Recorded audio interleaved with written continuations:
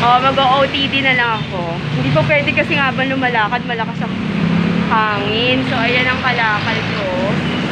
At talagang pinroject ko na kailangan madumi. Gamot. Every mask has this gamot. O, diba? OOTD. Vlog-vlog lang. Dahil 3 days na walang pasok. So, nagpatila ako dito sa Patema dahil malakas ang hangin. Ang hirap na may bitbit ka. May bitbit ka. Hindi ako makakapag-vlog. Kaya, niraos ko na.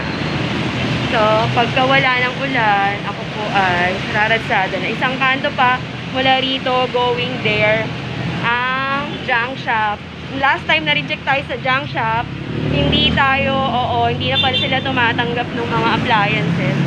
Kaya ngayon, mag-8 na, baka bukas na siya. Patila lang ako ng ulan dahil mahirap na nililipad ang payong. Sana naririnig ako. So, vlog lang. 3 days ng bagyong Christine. Ito po ang inyong Madam UK na lagi nagpapaalala. Huwag po umarte. Kung na-advance mo na ang bonus mo. Diba? Ako ang may pera, hindi maarte. Okay?